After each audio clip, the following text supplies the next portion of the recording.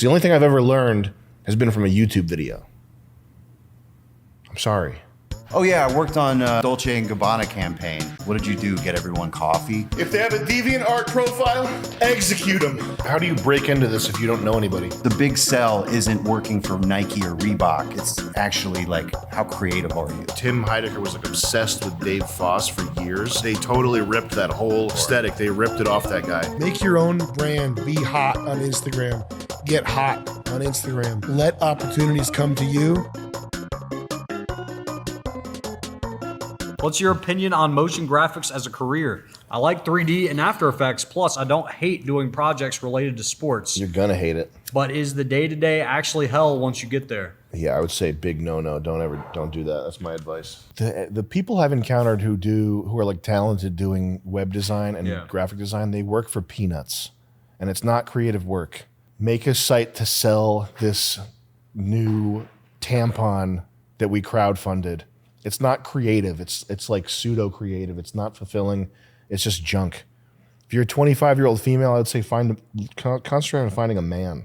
How about that? Super duper black pilled on graphic design and the applied arts in general. Visualize what you want to do. If you want to create a micro brand or just a personal brand, I mean, I think that's the only way to do it. So like what Bick's done, that kid we showed earlier, Steinful, this sort of thing of having, who's the one? Jack, Worlds for Jack. It's a good one. Oh my God. What a nuts website. This guy, he's on Instagram too. We can look him up. But this type of thing where you build your graphics are so good that you build a following and you can eventually monetize by selling merch or having a Patreon or doing tutorials or whatever your move may be. I think that's valid. I think that might be one of the only things you can do coming up. But yeah, this guy's hardcore right here. But if what you're looking to do is client work, I think that's a dead end. This website right here, I think this is a dead end, man. Unless you're like, there are some people you would know if you're like this who are just so good. And by good, I mean fast. Like if you can make some like this right here, fast as then I guess you can make money doing this, but this is like dead end in my opinion. Man, like this type of animation right here, like even this, like I've talked to people to hire, I'm going to hire people to do animation like this.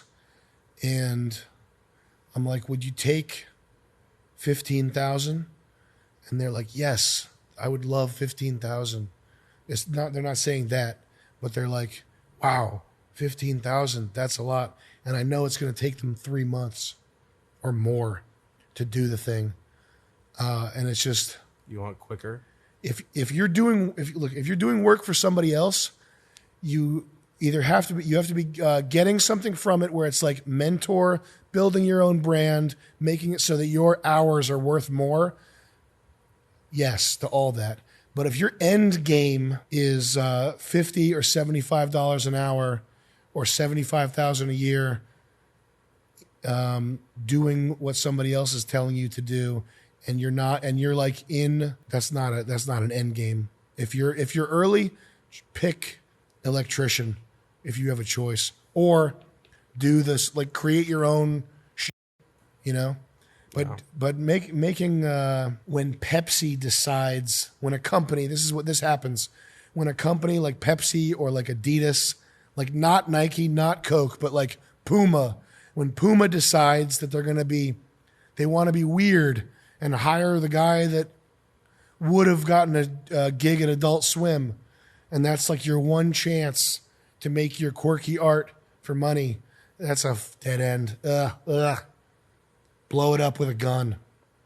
Never. Make your own brand. Be hot on Instagram. Get hot on Instagram. Let opportunities come to you. And remember to always try to be equitable and likable with other people. You don't have to roll over and agree to people's insane demands, but like don't be like a hot shot. Like, I'm the man. Don't ever have that attitude. Because that's like the worst. That's the very worst thing in the world to experience or deal with, and it gets you nowhere. Makes people hate you. You gave a hard no to graphic design, marketing, and advertising. I already have plenty of experience in these fields, so where could I go from here? What's a similar or more promising career than graphic design, marketing, and advertising? Well, the cool thing about Wanna get closer to graphic that? design, marketing, and advertising is we're never going to stop making ads. The downside is that any certain specific sub-trades within that genre of work are going to be eaten up by ChatGPT. So people are going to say, yeah, I'm a graphic designer. Yeah, I'm a copywriter. And then you're going to go, oh, cool. Why? You know, because those jobs are like going to get sucked up really fast. If you need money, you're going to have to like Rochambeau for a job really quick. Hopefully, like when things get shuffled around, you're likable enough to stay within whatever department that may become. Yeah. But the way it's going right now is like there's never going to not be a f***ing commercial or advertising. So you're going to have to just watch the trends and whatever skills you have pivot into where that ends up. You got to be makes really sense. creative and likable. Like Yeah. learn some interpersonal skills. So when the ChatGPT firings come Yeah, I mean, like, we're not going to need copywriters. We're not going to need people to design logos. I got a job a graphic design job like 20 minutes ago to design a wine label, but that was because like I know the guy and he's like, I want to see what you can do because it's me. Yeah. Like that's about it. Just keep shaking hands and like find a way to utilize this like new technology to enhance your skills. How do you break into this if you don't know anybody? Like, how do you get to the point where you have 3 or 4 people that you can talk to and ask? It's rough. I mean, I guess have something interesting under your belt, something original. It's like I've interviewed people for stuff like this, and then like the big thing on their reel or resume is like, okay, so you're an editor, oh, so you're a designer. And it's like with editing, it's one thing. You're like, oh, I did a Nike commercial, which is like commercials are like invisible editing. So what you're doing is selling them the brand you worked for. Yeah. A lot of people, big people in advertising, they don't care. It's like I've worked with people who are, oh yeah, I worked on a Dolce & Gabbana campaign. But when you get them down to do the work, you kind of realize, what did you do? Get everyone coffee? So what people are really looking for is something you did that's interesting, that you actually did, something that interests you, whether that be like a parody of a commercial or a mock-up of a product that doesn't exist. As long as it's 100% you, people will tend to gravitate towards hiring more sort of creative problem solvers and people with high aptitudes for making original stuff. So, Yeah. I mean, the big sell isn't working for Nike or Reebok. It's actually like, how creative are you? Yeah. And if you have something that is 100% your id on paper or video, I'd say that's where you start. If it was going like really well and perfectly, you probably wouldn't ask us not to own anybody. I'm just, well, I mean, if it's already kind of shaky and then ChatGPT comes into the function. I mean, but all the AI art stuff is sort of taking away the pen and paper Yeah. from a lot of people. You ever talk to Davey? Davey Foss, No. the guy that did the Tim and Eric opening credits. You remember the old opening credits? Yeah. How it's like motion graphics, like super rainbows. Dave Foss is the guy that like basically invented the style of merging video with that motion graphic stuff. Uh-huh. And he's not funny, which is why nobody knows who he is. But Tim Heidecker was like obsessed with Dave Foss for years and was like his manager. And they totally ripped that whole They their paid him whole for it. aesthetic. They ripped it off that guy, and they gave him the opening titles gig. They gave it to him. That was his like the bone that they threw him. He must have made a fucking. But he's called TV Sheriff. You remember TV? Yeah, Sheriff? yeah, TV chef. Yeah.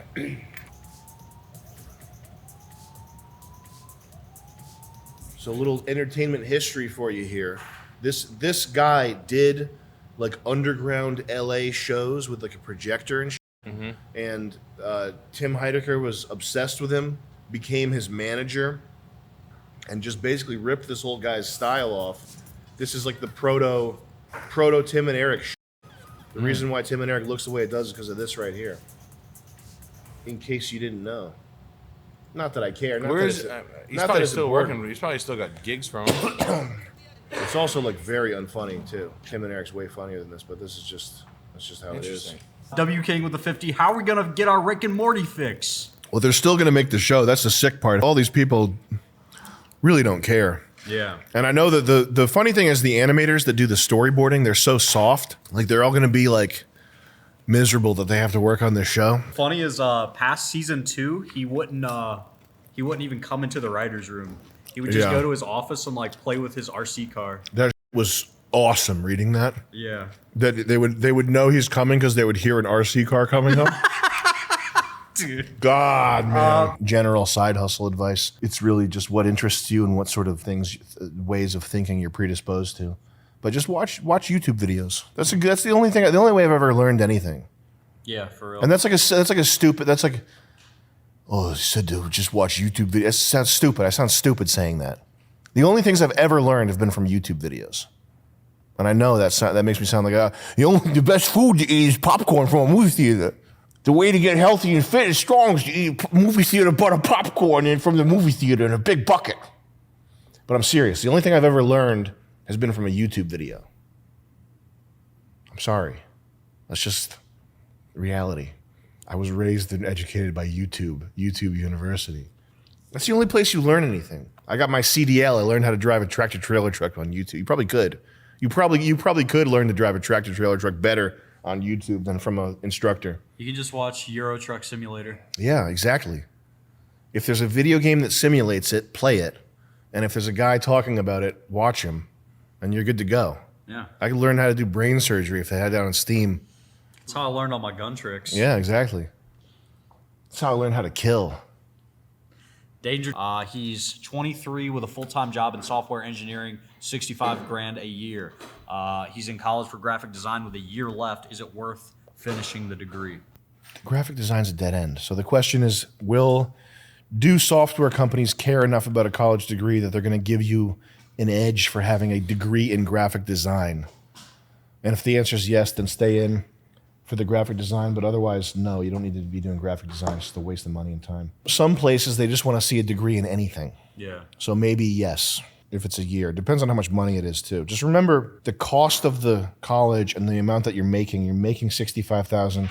The college costs $35,000. If it's $35,000 a year, that's $100,000 that you don't have. So just remember that. How can I become a good graphic designer? I currently work as a data scientist. I'm interested in creative and visual stuff too. I think the ship has sailed for visual creativity. I think the AI stuff, it's the money. The money is going to dry up in terms of like freelance gigs. There's going to be a ton of out of work illustrators, out of work graphic designers, who anybody with a small business is just going to be going to DALL-E.com or whatever and having a logo made that looks like fun local coffee shop type thing. There's been a lot of discourse on the tea issue since Nashville, but not enough focus on them being a graphic designer. When are we going to get a solution to Yes. the graphic designer problem? Yes. Should we ban them Yes. from getting That's the third thing that I thought was looking at that person's artwork. Brother, execute them. If they have a deviant art profile, they gotta go. If they're an illustrator, they gotta go. They gotta go. Bad artists gotta go. Goodbye. That was a damn good super chat, Jared. Get back in the Amazon warehouse with your low effort, pea brain, just nothing art. Get back in the Amazon warehouse. Sam, Bitch. fan art is art too. Get back in the Amazon warehouse. If you're an illustrator, you can serve me coffee. That's it. Goodbye. Mark, what's up, you silly billies? Just wanted to get What's up, some Josh? recommendations on some graphic tablets for digital art. Yeah, the unfortunate thing is there's all these ones on Amazon like Monoprice and all these other things where they try to, it's just as good as the Wacom tablet. It's not.